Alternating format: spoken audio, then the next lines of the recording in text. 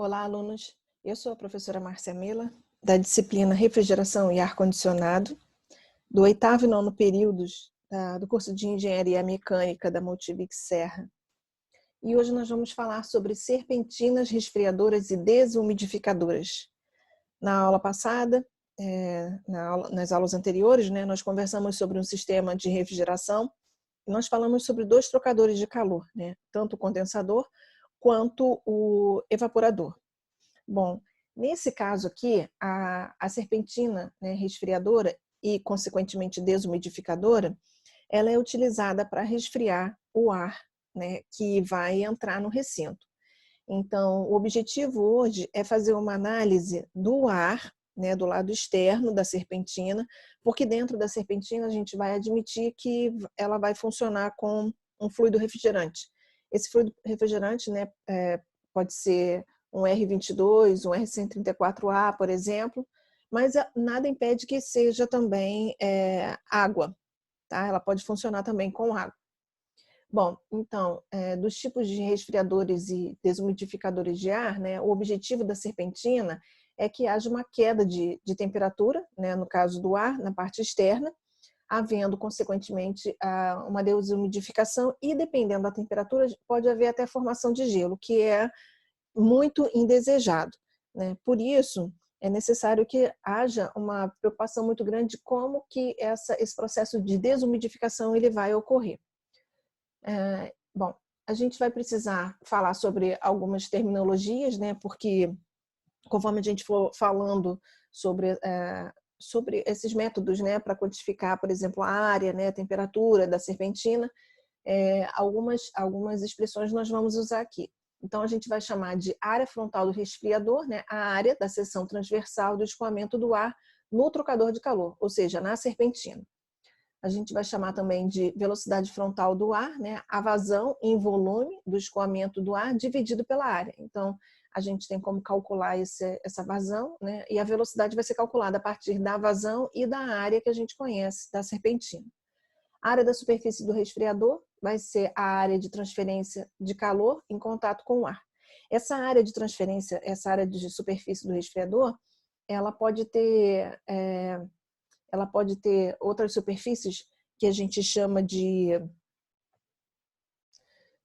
superfícies estendidas ou aletas, por exemplo, porque o fluido refrigerante passando dentro da serpentina, ele tem uma capacidade de troca de calor muito maior do que do lado de fora, do ar, por exemplo. Então, para que esse coeficiente, porque o coeficiente convectivo ele costuma ser menor, Então, para melhorar essa troca de calor, a gente aumenta a área externa da serpentina, fazendo com que essa troca de calor ela seja mais eficiente. O número de fileiras de dutos vai ser o número da fileira desses dutos na direção do escoamento do ar. Bom, então vamos entender, a gente já vinha conversando sobre esses processos que ocorrem na serpentina, já fizemos alguns exercícios com esse comportamento de resfriamento e desumidificação, mas agora a gente vai falar sobre as características do ar que escoa através do resfriador, ou seja, da serpentina, como que a gente considerou quando era um processo ideal. Mas aí, daqui a pouco a gente vai falar como ela se comporta mesmo, não ideal, mas real. Bom, então, na carta psicométrica, a gente viu 2 situações. O primeiro processo, ele ocorria apenas com a diminuição da temperatura, passando do ponto 1 para o ponto 2, e a umidade absoluta permanecia constante, ok? E depois, de novo, com a transferência de calor, ele caía também a umidade absoluta, porque ele tocava a curva de saturação, então começava a ter, além da queda de temperatura, uma diminuição na umidade absoluta, ok? Então, nesse processo que vai ocorrer de 1 para 2, chegando a 3, toda a massa de ar no trocador de calor, ela possui temperatura e pressão de vapor uniforme nas seções de escoamento, o que a gente sabe que é utopia. Não tem como ela permanecer com a temperatura uniforme, porque a própria superfície da serpentina, ela vai ter uma variação de temperatura, porque o fluido refrigerante ele acaba recebendo calor, então ele vai ter uma variação de temperatura também. Então, a gente sabe que esse processo de troca de calor não tem como permanecer com a temperatura constante, temperatura e pressão constante. No outro segundo caso, quando a gente teve, por exemplo, obedecendo a lei da linha reta, no processo saindo do ponto 1 até o ponto I, né, que é a superfície úmida, a gente admitia também que toda essa superfície úmida ela estaria, né, à mesma temperatura. Porém, a gente sabe que a temperatura da superfície úmida ela acaba variando também.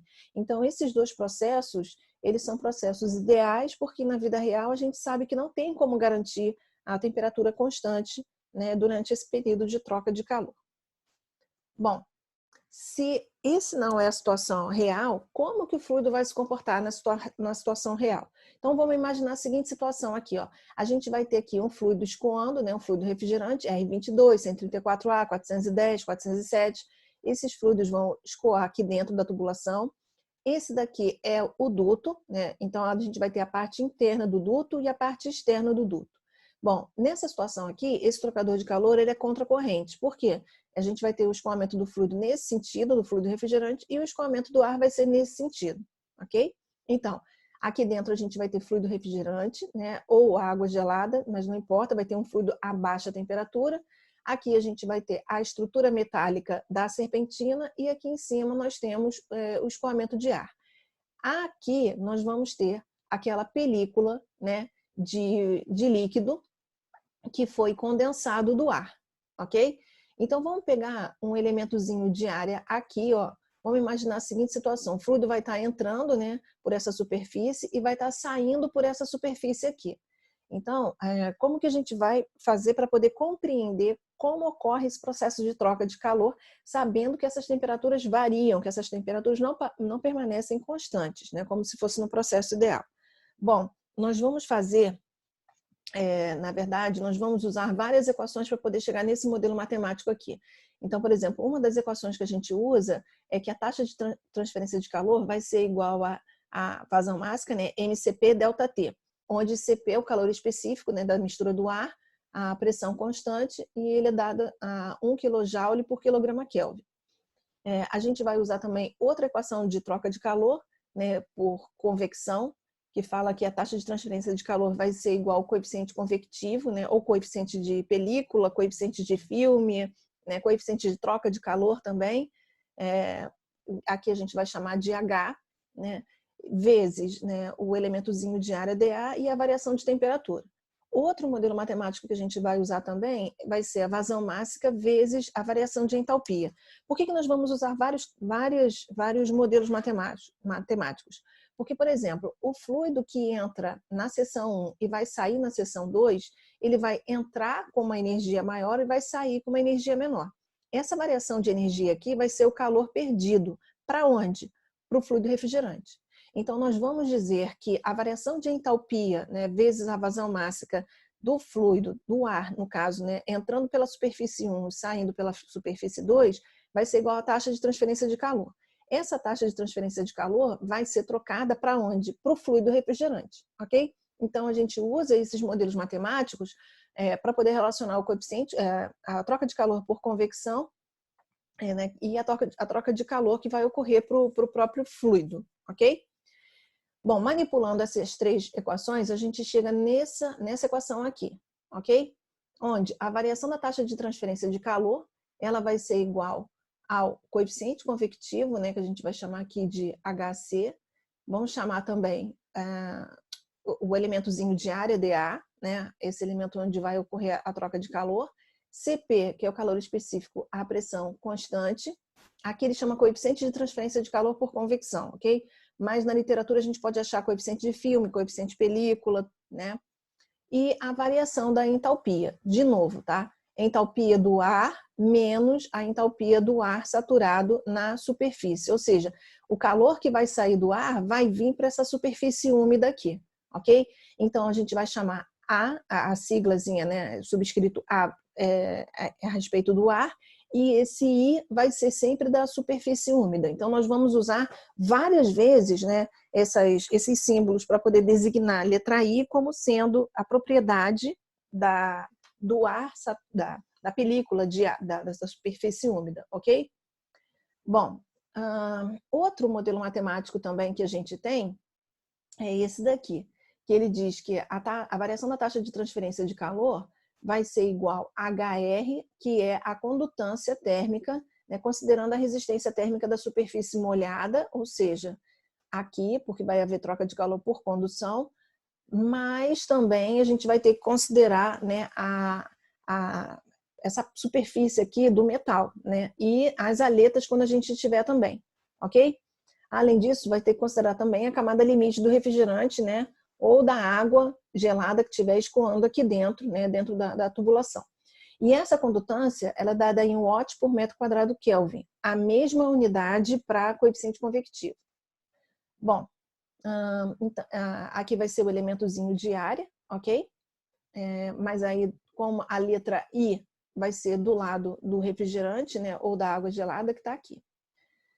A gente vai chamar TR a temperatura do fluido refrigerante, que pode ser água ou, né, um outro fluido refrigerante, R22, R134A, e TI a temperatura da superfície úmida, ok? Manipulando essas duas equações aqui, a gente pode chegar nesse modelo matemático aqui, ok? E aí nós vamos chamar R um valor de uma constante, por quê? Fica mais fácil calcular a partir do momento que a gente tem fixados, né, os valores das duas áreas, né, o valor do coeficiente convectivo, da condutância, porque a gente conhece, né, as características dos fluidos e do material que é utilizado, né, e das aletas também, o calor específico do ar, que também não varia. Então, a partir dessas grandezas aqui, a gente consegue calcular esse valor de R, que possivelmente vai ser uma constante. Tá? Lembrando que a entalpia do ar pode variar, a entalpia, né, do ar saturado na superfície úmida também vai variar, né, e a temperatura também, tanto do fluido refrigerante quanto a da superfície úmida. A gente vai usar esse modelo matemático aqui a seguir.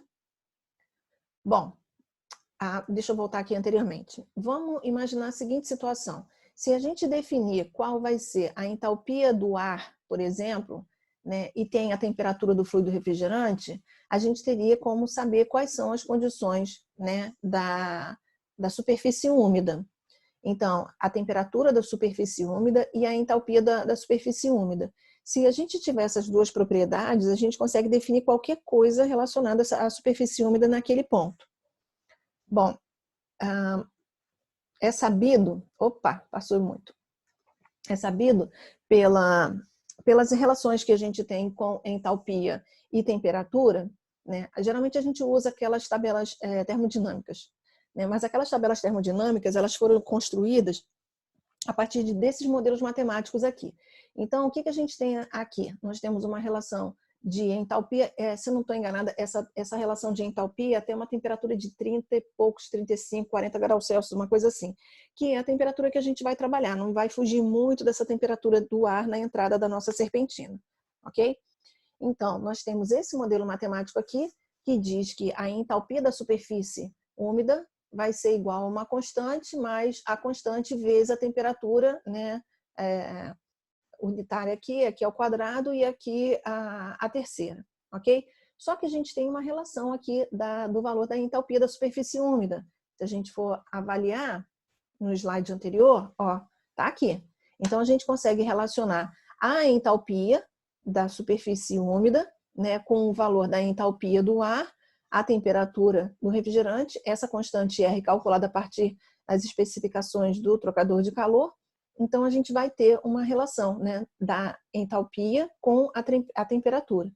Bom, voltando no slide, de novo. O que a gente vai fazer? Vai substituir o valor da entalpia aí da equação anterior. Então, a gente chega nesse modelo matemático aqui, onde a gente só tem uma variável que, no caso, vai ser a temperatura da superfície úmida.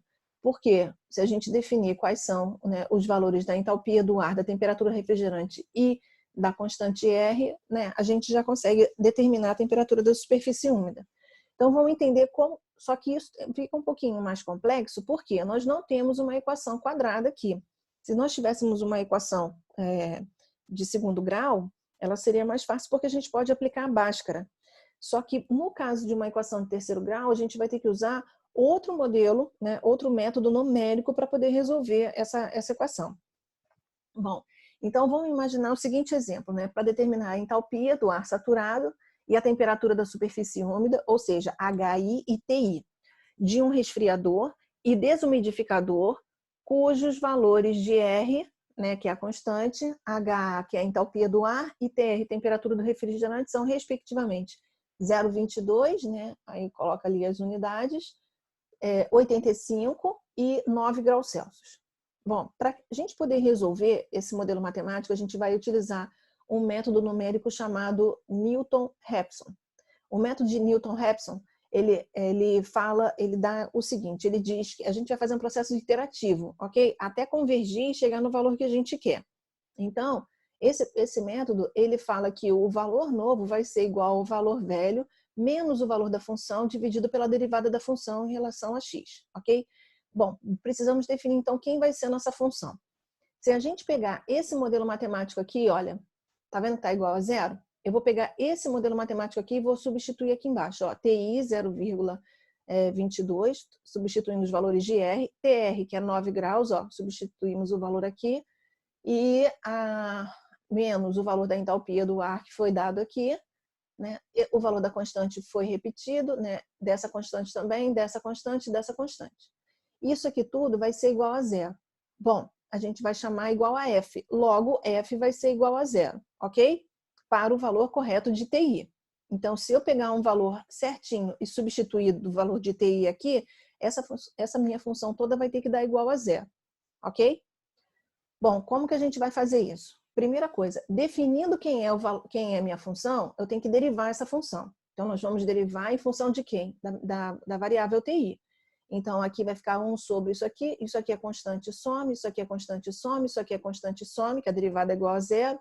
Esse valor aqui vai repetir, essa daqui, o 2 multiplica por essa constante aqui na frente, né? Repete TI. Esse 3 multiplica por essa constante aqui e diminui o expoente para 2, ok? Então, nós temos já a função df/TI.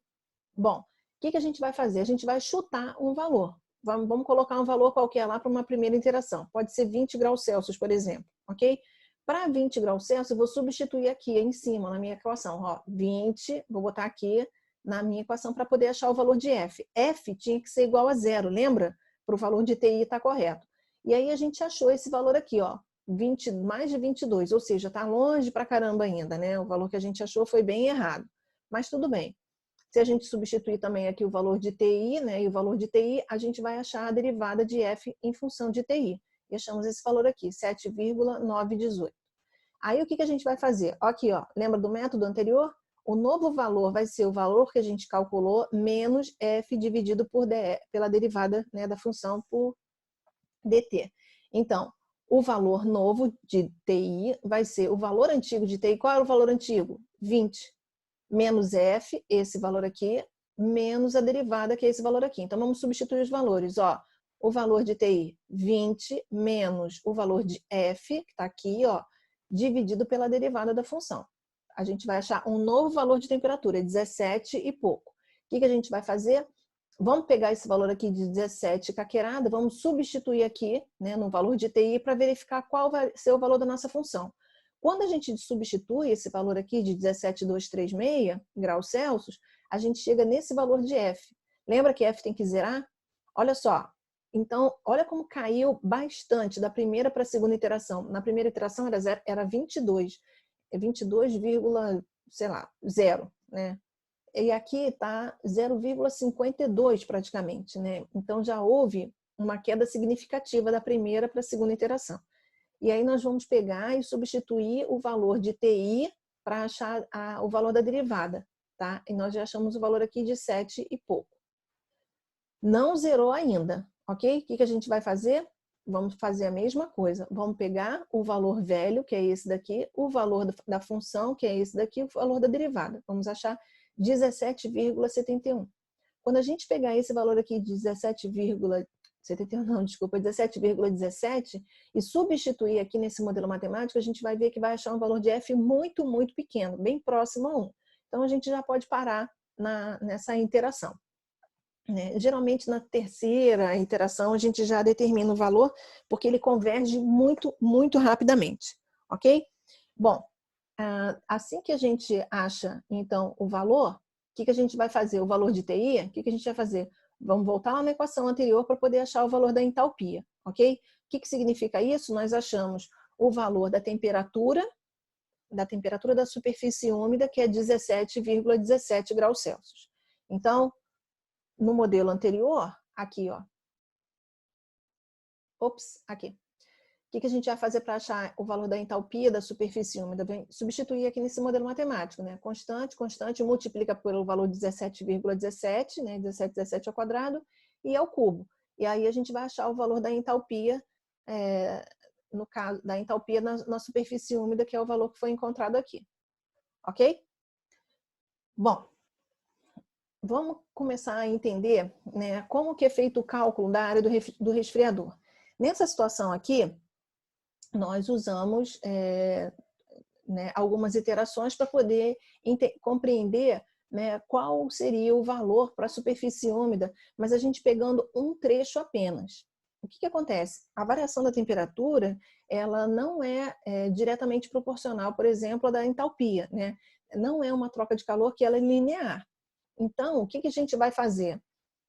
É necessário que a gente, para poder calcular, por exemplo, a área da superfície do resfriador, a gente tenha que dividir em algumas seções. Por quê? Porque se a gente pegar do começo até o final, eu vou achar um valor bastante errado em função dessa troca de calor não ser linear. Então, o ideal é que a gente faça várias divisões aqui. Nesse caso, a gente vai fazer apenas duas, tá? Para não ficar muito complicado. Mas o método é o mesmo, né? Para você fazer 1, 2, 3, 4, 5 divisões. Tá? E quanto mais divisões você fizer, né? Quanto maior for o número de incrementos, vamos colocar assim, mais refinado vai ficar o seu modelo. Ok? Então, vamos entender aqui a situação que ele está colocando, né? Fazendo um exemplo. Ele fala o seguinte, ó, um resfriador contra corrente. Por que é contra corrente? Porque a gente vai ter um fluido vindo num sentido e o outro fluido indo no outro sentido, ok? Então, contra corrente.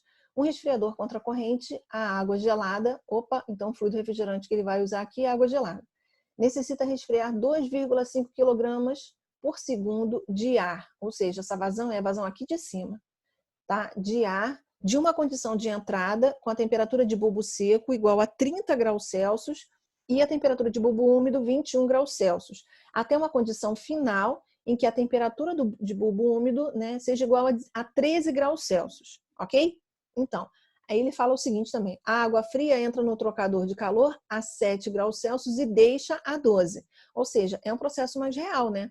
Porque antes a gente estava considerando que a água não iria mudar o valor da temperatura, né? Que o fluido refrigerante não mudaria o valor dela. Isso é um processo mais real. Por quê?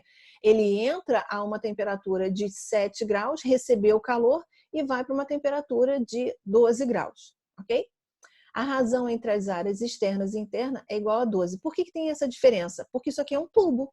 É um tubo cilíndrico, então a área externa vai ser sempre maior do que a área externa em função da espessura do material. Ok? Então, vai ser igual. Além, não é só isso, né? Não é só em relação à diferença dos diâmetros interno e externo. A área externa ela vai ter aletas também. Então, é muito comum a gente ver essas aletas que são para quê? Fazer com que a superfície seja estendida. Ok? E ele continua aqui, ó, o coeficiente de película, que é igual ao coeficiente de troca de calor, coeficiente de filme, coeficiente convectivo, 55 watts por metro quadrado Kelvin.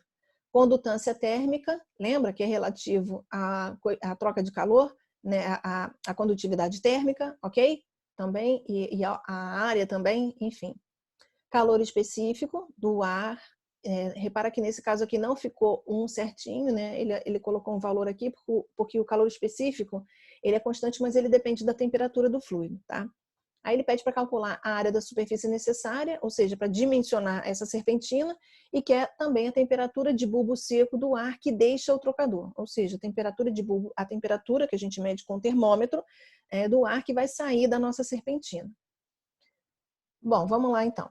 Ele deu várias informações, o que a gente vai fazer? Olha só, a temperatura da água fria, né, ou seja, que está dentro da nossa serpentina, varia de 12 a 7 graus Celsius. Dentro da serpentina, a gente vai usar a temperatura média de 9,5 para poder facilitar nossos cálculos, ok? Não tem problema nenhum a gente usar essa média aritmética aqui. Outra informação que ele deu foi a respeito do ar, né, do ar que está sendo resfriado. E ele fala que o ar entra, a temperatura de bulbo seco é 30 graus e a de bulbo úmido que entra é 20 graus. A partir da carta psicrométrica, a gente vai achar esse valor aqui da entalpia do ar na posição 1. Aí ele fala o seguinte, da mesma forma, ele deu, né, que o ar está saindo a 13 graus, a gente vai admitir que ele está saturado. E aí nós chegamos a esse valor aqui de entalpia no ponto 3. 36,72 entalpia do ar, que deixa a nossa serpentina e o estado, né, do ar vai ser saturado. Bom, como que a gente vai dividir essa serpentina em 3 pontos? Então, a gente vai ter a entrada, um ponto intermediário, que vai ser no meio, e um ponto lá na saída. Lembrando, a gente vai dividir a serpentina só em 2 seções, e se você quiser um modelo matemático que seja mais refinado, você precisa dividir essa seção em várias outras, em 10 seções, por exemplo, né? Porque você vai achar uma temperatura mais realista. A gente está fazendo aqui uma simulação. Então, quanto mais você dividir, mais real vai ser o seu modelo matemático. Bom, então vamos achar da seção intermediária. Como é que a gente vai calcular a entalpia? Vamos somar e dividir por 2 e vamos achar esse valor aqui da seção intermediária, ok? Esse valor da constante nós vamos obter a partir dos valores que foram passados para a gente, ok? Do coeficiente convectivo, ok? Da condutância, do calor específico e da razão entre as áreas, que ele falou que era 16, entre a área externa e a área interna. Vamos substituir todos esses valores aqui e achamos esse valor da constante. Outra coisa, não é porque é constante que ela não tenha unidade, né? Então, essa nossa constante ela vai ter unidade sim. Bom, nós vamos chegar então, vamos pegar aquele, lembra do método numérico de Newton-Raphson?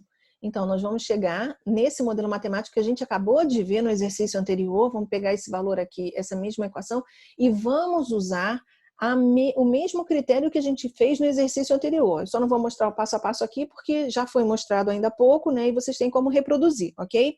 Fica então como trabalho para vocês fazerem agora. Pode pausar o vídeo para ver se você encontra esses valores que vão ser dados aqui. Então, ele coloca a seguinte situação, vamos dividir em 3 seções, né? Vamos dividir em 2 partes. Então, ele entra na seção 1, a seção 2 é uma seção intermediária e a seção 3 é a seção onde ele vai sair.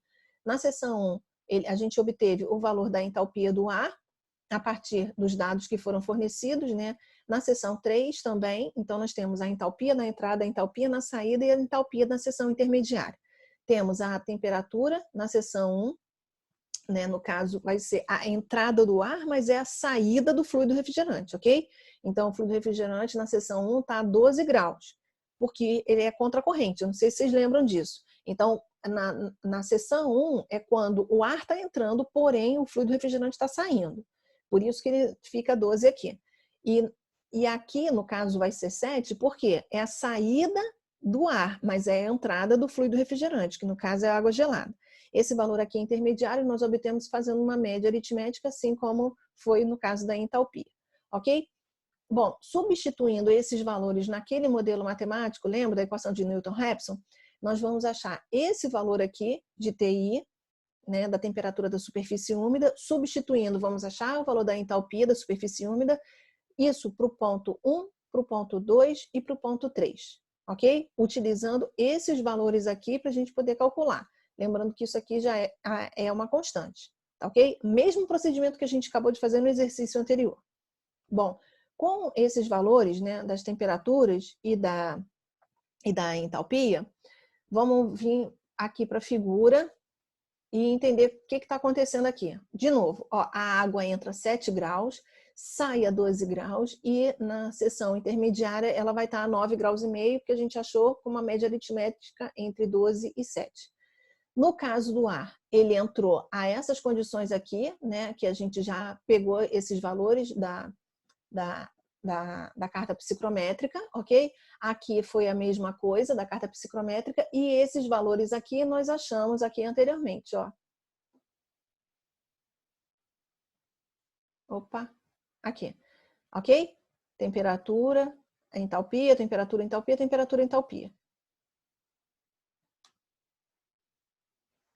Nossa, mas eu tô terrível hoje. Ó, tô falando. Vamos lá, então. Então, nós estamos fazendo aqui um esquema só para facilitar a compreensão, ok? Então, nós vamos fazer a primeira análise do ponto da seção, né, de entrada 1 até a seção intermediária e depois nós vamos fazer a análise da seção intermediária até a seção de saída, dividindo apenas em duas áreas. Então, nós vamos calcular a área de 1 para 2 e a área de 2 para 3. Depois, nós vamos somar as duas áreas para saber qual a área que a serpentina tem que ter. Ok? Bom, vamos lá.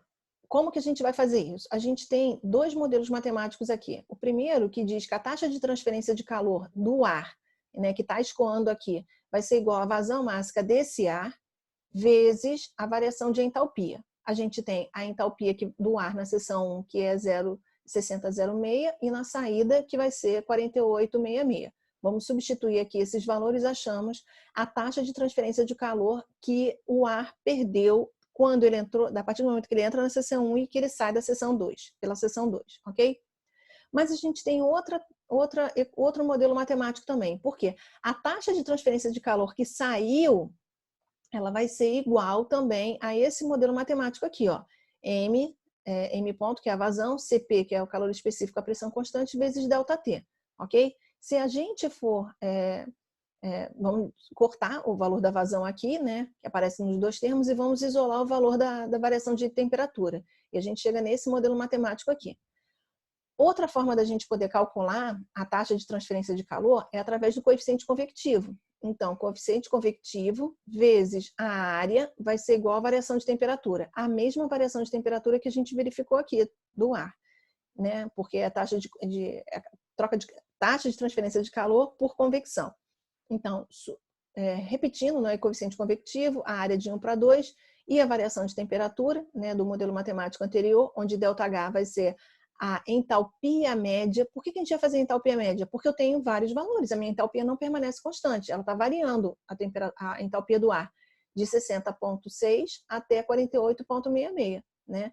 E assim como a nossa entalpia da superfície úmida também, está variando de 45,72 a 36,59.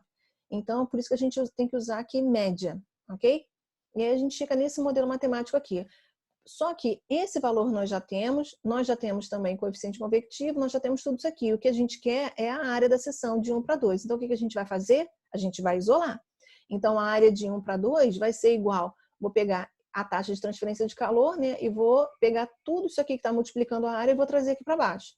Então, ele fica com essa cara aqui, com esse modelo matemático aqui, ok? Vamos substituir os valores, então, né, que já foram encontrados. A taxa de transferência de calor que nós calculamos aqui, a partir das condições de entrada e de saída do ar. Vamos substituir. O coeficiente convectivo já foi informado no problema.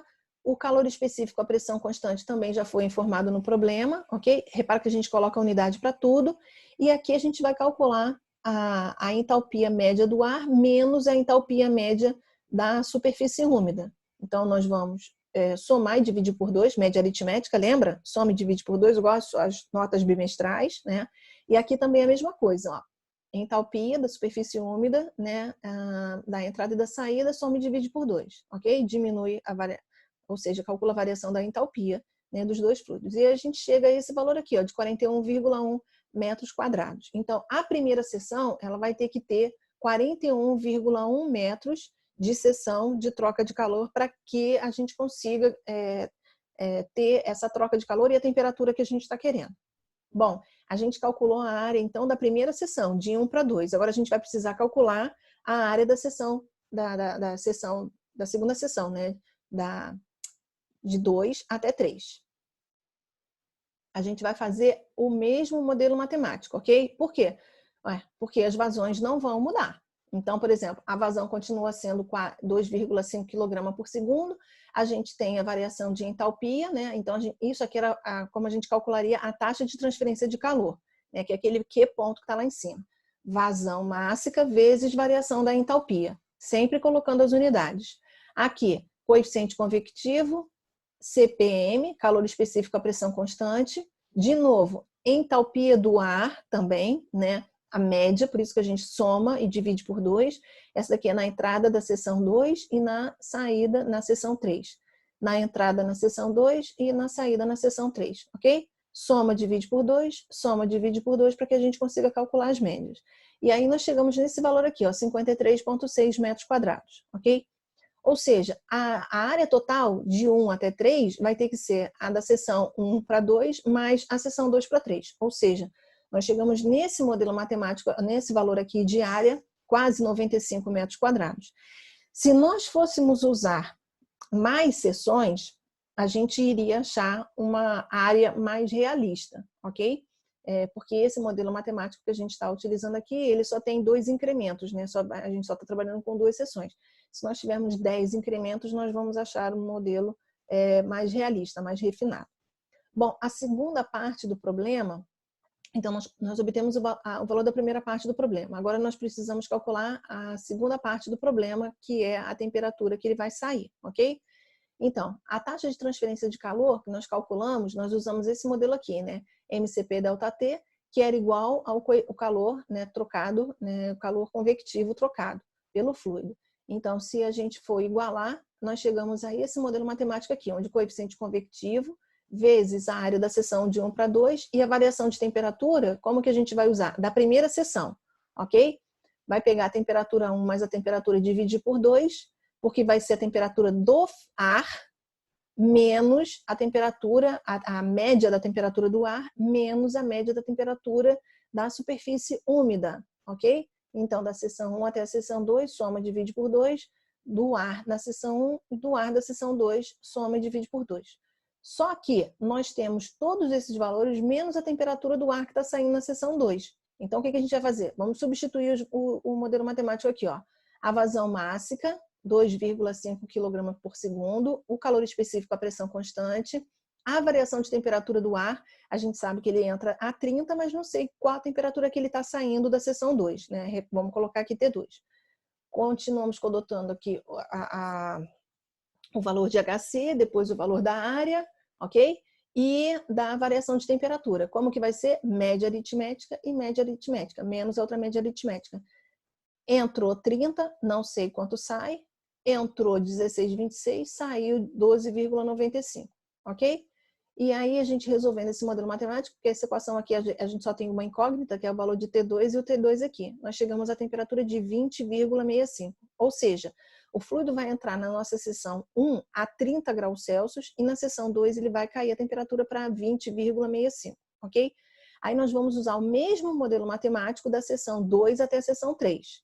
Então, repetimos o valor da vazão, do calor específico à pressão constante, a variação de temperatura, que nesse caso, opa, tem um erro de digitação aqui é 20,56, eu digitei errado, botei 26, tá? Menos T3, que a gente quer saber a temperatura que ele está saindo, 55 permanece constante, né, que é a condutância, não variou nada, a área também vai permanecer, não, essa área aqui não, desculpa, outro erro de digitação, vou consertar esse material, essa área não pode ser 41,1. Quem é essa área? Essa área é da seção 2 a 3. Essa área é 53,6, ok? Eu vou consertar isso aqui no material lá. Vamos repetir o valor da temperatura T2, que a gente encontrou aqui. T3 a gente não sabe. E depois nós entramos com os valores das temperaturas da superfície úmida, né? Na seção 2 e na seção 3.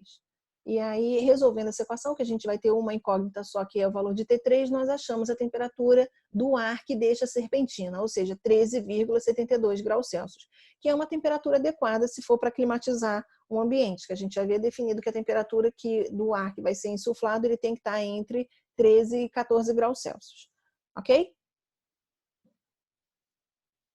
Bom, a gente sabe que conforme esse ar vai condensando, a gente vai ter uma remoção da umidade, né, dessa quantidade de água do ar que está entrando e está saindo. Como que a gente vai calcular? Qual é o modelo matemático que a gente vai utilizar?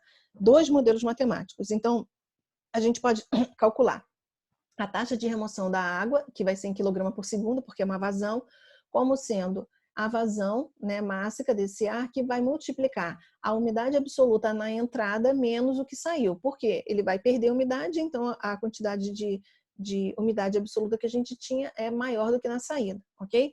Porém, a gente pode usar também outro modelo matemático aqui, né? Considerando, essa daqui a gente usa conservação de massa, essa daqui a gente está usando conservação de energia, ok? E se a gente comparar, né, os 2 modelos matemáticos, a gente chega com esse modelo matemático aqui, ok? Então, a gente vai conseguir calcular, né, essa taxa de remoção de água a partir da variação da umidade absoluta que a gente vai ter do ponto 1 até o ponto 2, tá ok? Bom, Vamos entender, então, o que estava acontecendo quando a gente começou a falar sobre o comportamento, né, na carta psicométrica de uma situação ideal e de uma situação real. Então, a gente já havia mostrado isso anteriormente em alguns exercícios, né? Como que seria ideal? O ideal, o fluido sairia desse ponto 1, né?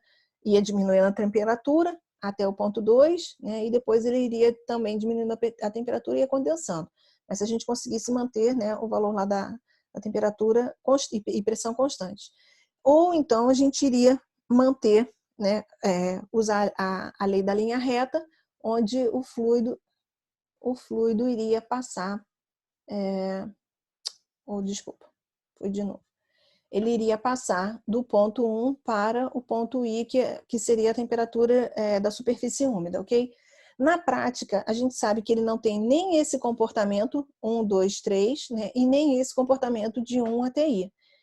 Ele vai ter um outro comportamento aqui, que vai ser uma curva entre essas duas curvas, né? Entre a curva 1, 2, 3 e a curva 1I. Então, como que vai ser o comportamento? Depende do número de fileiras que a gente tiver. Né? Então, se a gente tiver um número de fileiras, né, de 2 fileiras só, de 4 fileiras, de 6 fileiras e de 8 fileiras, essa curva ela vai se aproximando, né, a uma curva mais acentuada, ok? Só que depois de um tempo, tanto faz você ter 6 fileiras ou 8 fileiras, a curvatura dela vai ser a mesma. Por quê? Como o fluido ele está escoando, esse trocador de calor ele é contracorrente, a gente vai ter as maiores variações de temperatura logo na entrada do ar. Então, a gente não consegue verificar, né, melhor, a gente consegue verificar que essa variação de temperatura que vai aumentar a taxa de transferência de calor vai ser nas primeiras fileiras. Bom, então, como que a gente vai fazer, né, para determinar as condições de saída do fluido? De novo, a gente precisaria dividir esses trechos em vários trechos, ok? Para que a gente consiga chegar a uma condição mais realista na saída da serpentina. Só que quando a gente divide em vários trechos, o modelo matemático ele fica mais trabalhoso de fazer, né? Ou seja, ele fica mais caro, porém ele fica muito mais próximo à realidade, ok? Bom, nós vamos usar basicamente essas equações que nós usamos até anteriormente, ok? Da vazão máxima vezes a variação de entalpia, né? A gente também usou aqui 3 modelos matemáticos aqui, que é MCP ΔT, né? Que é a taxa de transferência de calor à pressão constante. A gente usou também troca de calor por convecção, que é a taxa de transferência de calor vai ser igual ao coeficiente convectivo, a área vezes a variação de temperatura, além, né, do outro modelo matemático, que é esse daqui, que é a taxa de transferência de calor. Então, vai ser igual à vazão máxima. Na verdade, a gente está substituindo esse valor aqui pela vazão máxima a partir dos 2 modelos matemáticos lá.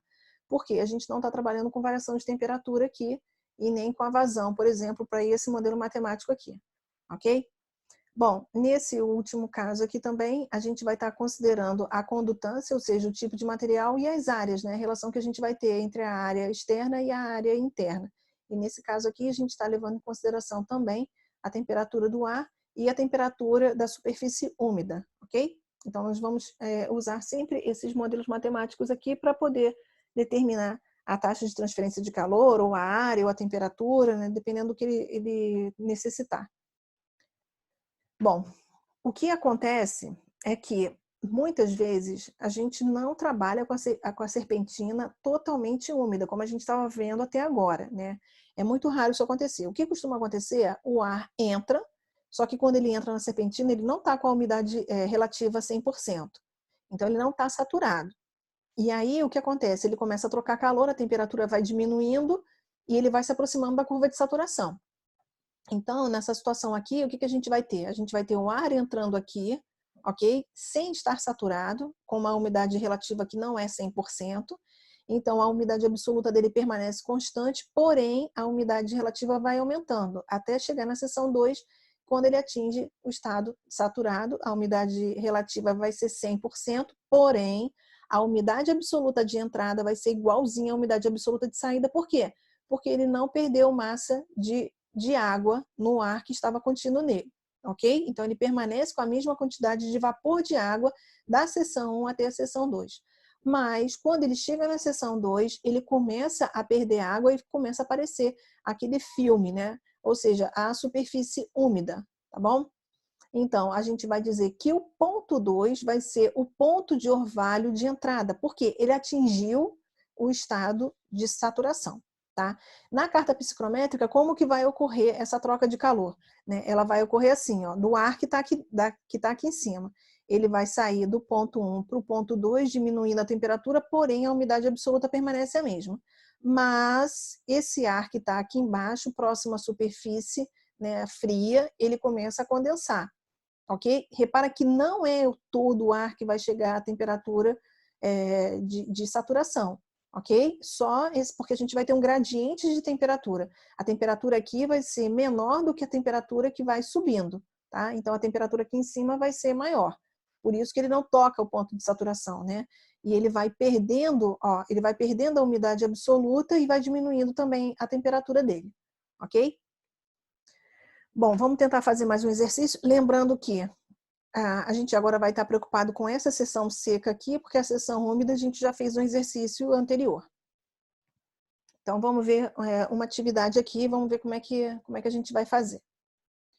Ele fala o seguinte, ó, a vazão mássica, não precisava nem informar isso, né? Porque a partir do momento que ele deu o valor da unidade, não precisava dizer se era vazão mássica ou vazão volumétrica, né? Mas aí ele continua. A vazão mássica de ar através de uma serpentina com expansão direta é 0,32 kg por segundo. E as temperaturas de bulbo seco e úmido na entrada do ar, 30 e 20 graus Celsius, respectivamente. A temperatura do refrigerante vai ser 10 graus Celsius e a condutância vai ser de 2.400 watts por metro quadrado Kelvin. O coeficiente convectivo vai ser 100, né? E a razão diária da superfície externa para a interna é igual a 18. Lembrando que essa razão ela é muito diferente porque nós temos aletas, né? Nós temos superfícies estendidas. E aí ele pergunta qual é a temperatura de bulbo seco do ar quando começa a ocorrer a condensação. Ou seja, ele vai querer saber, na figura anterior, ele quer saber justamente essa temperatura aqui, ó, que é do ponto de orvalho, temperatura que ele vai ter que atingir para começar, para iniciar a condensação. E pergunta também qual é a área da porção seca da serpentina, ou seja, qual é a dimensão que o fluido vai escoar, que você não precisa se preocupar com drenagem. Então, da carta psicrométrica, com essas duas informações, né, 30 graus Celsius e 20 graus Celsius de temperatura de bulbo seco e úmido, respectivamente, a gente tem o valor da entalpia do ar que está entrando na nossa serpentina, ou seja, 57,2 kJ por quilograma. Se a gente for, vou voltar aqui na anterior para mostrar. Vamos supor que a gente ache, né, essa temperatura que, né, por exemplo, se eu achar a temperatura aqui nesse ponto, né, de 30 graus Celsius e 20 para umidade, 30 graus Celsius de bulbo seco e 20 graus Celsius de bulbo úmido, tá? E aí eu estaria, sumiu o cursor, apareceu aqui. Eu estaria aqui nesse ponto. O que a gente vai fazer? Eu vou traçar uma linha reta até aqui para ver qual seria a temperatura de saturação para essa mesma umidade aqui, porque a umidade absoluta não vai variar de 1 para 2. Então, a gente vai vir aqui, ó, bem retinho até tocar a nossa curva de saturação para poder vir aqui embaixo e achar o valor. Ou seja, vamos pegar uma situação como se fosse aqui o ponto 1, ok? Pego aqui o ponto 1 e aí a gente vem bem retinho aqui, ó, bem retinho, até tocar o valor da nossa curva de saturação. Depois a gente desce e vai achar o valor correspondente a esse ponto aqui que ela vai começar a condensar, ok? E aí a gente chega no valor de 15 graus Celsius, ok? Então, a temperatura do ponto de orvalho do ar na entrada vai ser 15 graus Celsius, tá bom? Bom, vamos utilizar as equações que a gente já vinha trabalhando anteriormente, né, igualando os valores, né, das taxas de transferência de calor. Então, olha, a taxa de transferência de calor a gente vai usar, né, por convecção, ok? Vai ser MCP ΔT, MCP não, desculpa, vai ser coeficiente convectivo, variação de temperatura e o dA, né, que é o elementozinho de área, e a gente vai igualar, né, do outro lado em relação à condutância térmica, ok? Relacionando a área interna e a área externa, temperatura do fluido refrigerante e da superfície úmida. Por quê? A quantidade de calor que foi retirada do ar vai ter que ser exatamente igual à quantidade de calor que vai entrar no fluido refrigerante. Então, a gente vai igualar a taxa de transferência de calor que saiu do ar com a taxa de transferência de calor que entrou no fluido refrigerante, ok? A gente tem um outro modelo matemático aqui também, que vai comparar, de novo, né, a quantidade de energia do fluido na condição 2, né, e do fluido também, do ar em relação à superfície úmida e, de novo, né, da superfície úmida em relação à temperatura, ao fluido refrigerante, tá bom? Bom, como a gente não vai ter uma diminuição da umidade, né, do nosso fluido, então a umidade absoluta ela vai permanecer constante, né, de 1 para 2, tanto do ar quanto, né, da superfície úmida, então a gente pode chegar nesse modelo matemático aqui simplificando as equações que a gente mostrou anteriormente. Bom, vamos substituir então, vou pegar aqui essa primeira equação, vou pegar essas 3 equações aqui e vou levar para lá e aí a gente vai substituir. Olha aqui, isso daqui é a taxa de transferência de calor, no caso a taxa de transferência de calor que saiu do ar e a quantidade de calor que entrou no fluido refrigerante. Então, a gente vai substituir, ó, T2, que é a temperatura, né, que ele vai entrar na seção, no ponto de a temperatura do ponto de orvalho, a temperatura que ele vai entrar na seção que ele começa a condensar. Esse valor aqui é a temperatura, né, que a gente havia calculado para que ele chegue a essa situação de condensar, ok? Que vai ser a temperatura da superfície úmida, né, na hora que ele estiver saindo lá no ponto 2. Esse daqui é o coeficiente convectivo. E aqui a gente vai ter o quê? A temperatura da superfície úmida, porque a gente calculou a partir da carta psicrométrica, nos valores de 30 e 20 graus Celsius de temperatura de bulbo seco e bulbo úmido, lembra? A gente achou esse valor aqui da superfície úmida, temperatura do refrigerante e a nossa condutância e a razão entre as áreas, a área externa e a área interna. E aí nós achamos essa temperatura de 21,7. Que temperatura é essa? É a temperatura, vou voltar lá na figura anterior para ficar mais fácil para a gente poder entender, é a temperatura que ele vai começar a condensar. Ou seja, é a temperatura de orvalho do ar na entrada dessa zona de superfície molhada, ok? Então, ele trocou calor até aqui. Quando ele chegou no ponto 2, ele vai começar a ter uma queda da umidade do ar, porque ele foi condensado, né, e está agregando agora a superfície úmida, ok? Só que no problema, ele pediu 2 coisas, né? Ele pediu a temperatura de bulbo seco do ar, quando começa a ocorrer a condensação, a gente achou lá 21 e pouco, depois ele pede para calcular a área seca, né, da nossa serpentina. Bom, como que a gente vai fazer para calcular isso? Vamos precisar de um modelo matemático que envolva a área, ok? Então, a gente vai usar a taxa de transferência de calor, né, como sendo a vazão mássica, né, calor específico a pressão constante, variação de entalpia, tá? A gente vai usar essa relação aqui da condutância, né, vezes a área da seção de 1 para 2, porque é a área que a gente vai trabalhar, que é a área seca, vezes a variação de temperatura. Se a gente for fazer um modelo matemático em relação se a gente for substituir, né, quem vai ser nosso valor aqui de UA, como a gente já viu em uma disciplina chamada transferência de calor. Bom, lembrando que essa relação aqui, né, da condutância vezes a área, ela está associada à resistência térmica, né, que a gente vai ter em relação à troca de calor. Então, nós temos aqui 2 situações, né? A primeira situação que vai ocorrer da resistência a partir do coeficiente convectivo, porque nós temos a troca de calor por convecção e depois a gente vai ter uma troca de calor aqui por condução. Então, nós vamos associar essas 2 trocas de calor aqui para poder encontrar o valor dessa área que é a área do nosso interesse aqui, da seção 1 até a seção 2, ok? Bom, o valor da vazão máxima foi informado, do calor específico a pressão constante também foi informado, a variação de temperatura do ar a gente já sabe que ele entra a 30 e sai a 21,7, desculpa, então é só substituir aqui. Bom, vamos lá. Esse valor aqui, né, que é associado à resistência térmica total, né, do fluido até o refrigerante, né, porque a gente vai ter troca de calor por convecção e depois a troca de calor por condução. Tá? Então, a gente substitui os valores aqui. Repetindo aqui o valor da área, aqui, né, a resistência térmica por convecção e a resistência térmica por condução.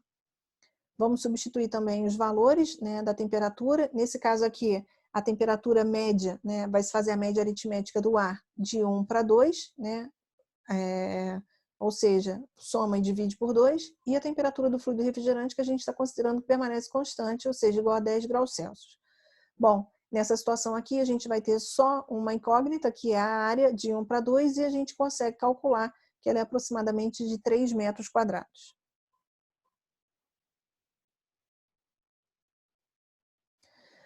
Bom, vamos encerrar agora, se não me engano, acho que esse é o último tópico da gente. O comportamento da serpentina, né, a partir dos catálogos, né, dos fabricantes.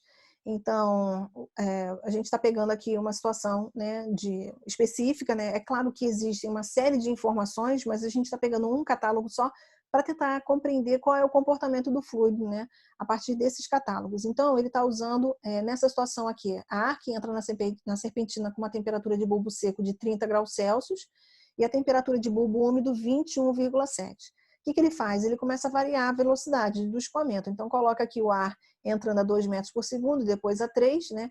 E ele coloca com 3 situações, né? A temperatura do fluido refrigerante, 1,7, 4,4 e 7,2.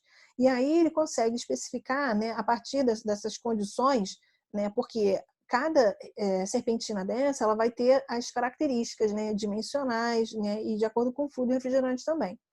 Então, a gente consegue obter, a partir do número de fileiras, né, qual vai ser a temperatura na saída, a temperatura de saída, né, do ar. Então, repara só, se a gente tiver 2 fileiras só, a temperatura de saída de bulbo seco, 17, e se a gente aumentar para 8, ele já cai para 7,8, ok? E repara que essa temperatura fica um pouquinho maior, claro, né, porque o fluido refrigerante está numa temperatura maior do que a anterior, né? E depois ele aumenta aqui para 7,2, ok? Claro, né, esse valor aqui vai ser a mesma coisa, né? Porque a gente vai ter uma aí você vai falar assim, pô, mas é estranho porque a gente está aumentando a velocidade e ele está aumentando a temperatura de saída, sim, porque ele está passando mais rápido e a gente não consegue promover uma boa troca de calor, ok? Então a temperatura na saída vai ser maior mesmo, tá? Então, vamos fazer a seguinte comparação. Vamos pegar essa situação aqui desse fluido, né, desse ar que está entrando nessa condição de 30, bulbo úmido a 21,7, tá ok? E com essas fileiras aqui com essa velocidade. E vamos comparar com uma segunda situação. A segunda situação, a gente vai aumentar a temperatura, a anterior era 30, agora a gente está passando para 30,6. Vamos permanecer constante na temperatura de bulbo úmido, né, com 21,7, e vamos usar a velocidade de 2 metros por segundo e 1,7 metros por segundo. Bom, os cálculos da temperatura de bulbo seco, né, na saída do ar foram obtidos nessa tabela aqui, e a gente pode comparar com a temperatura anterior. Então, só para fazer um cálculo rápido aqui, olha, ela está 16, 14, 12, 9, 7,2, ok? Lembrando que essa temperatura está bem maior, né? Olha só o que está acontecendo aqui. Ops! A gente está comparando com essa daqui. Se repara, porque essa daqui está a 2 metros por segundo, a temperatura, né, do fluido refrigerante é 1,7. Se a gente for reparar aqui, ó, esse valor da temperatura de bulbo úmido está muito, muito próxima ao outro nosso lá. Mesmo com a temperatura de entrada valendo 30 e a outra valendo mais de 35 graus Celsius. Ok? Então, tá vendo? Essas duas temperaturas essas duas colunas estão muito próximas, né? E aí ele explica, né, por que isso acaba acontecendo. E no gráfico aqui a gente tenta representar isso. Então, imagina que a gente tem aqui uma temperatura de bulbo úmido da entrada e uma temperatura de bulbo úmido da saída, né? Porque a temperatura de bulbo úmido a gente mede nessa diagonal aqui. A temperatura de bulbo seco a gente mede nessa vertical. Então, vamos supor que essa temperatura que a gente pegou aqui, ó, é 35, esse valor que a gente achou agora, 35,6, e anterior foi de 30 graus Celsius, ok? Na hora em que a gente vai calcular, as duas temperaturas de bulbo úmido, elas ficam praticamente iguais, ok? E aí ele explica por quê. Eu vou até anotei aqui para você, depois eu vou disponibilizar esse slide lá para vocês, né? Porque a diferença de entalpia do ar e da superfície úmida controla a taxa de transferência de calor. Ou seja, quem vai medir a taxa de transferência de calor vai ser justamente essa variação de entalpia que o ar vai ter que ter, ok? E também, né, então, essa taxa de transferência de calor e também a superfície, né, úmida, ela vai ajudar a fazer o cálculo da transferência de calor, tá? Então, especificando a temperatura do refrigerante, do fluido refrigerante, e a vazão do ar, fixando essa entalpia da entrada do ar, pela temperatura de bulbo úmido, a entalpia de saída e a temperatura de bulbo úmido são fixadas. Ou seja, elas acabam sendo independentes, né, do valor de temperatura do bulbo seco na saída. Então, por mais que eu possa variar a temperatura de bulbo seco da saída, eu acabo mantendo a temperatura de bulbo úmido constante. Por quê? Por causa das outras propriedades que eu acabo tendo que manter, né, constantes, que é como, por exemplo, o valor da variação de entalpia. Ok? Então, a gente dá por encerrado, né, o estudo da serpentina, que é um dos componentes do sistema de refrigeração, e eu desejo a vocês bom estudo. Qualquer dúvida, vocês podem acessar o fórum, colocar as perguntas no fórum ou nas mensagens, ou então aguardar a nossa aula presencial, nossa aula remota. Ok? Bom estudos, queridos, e boa sorte.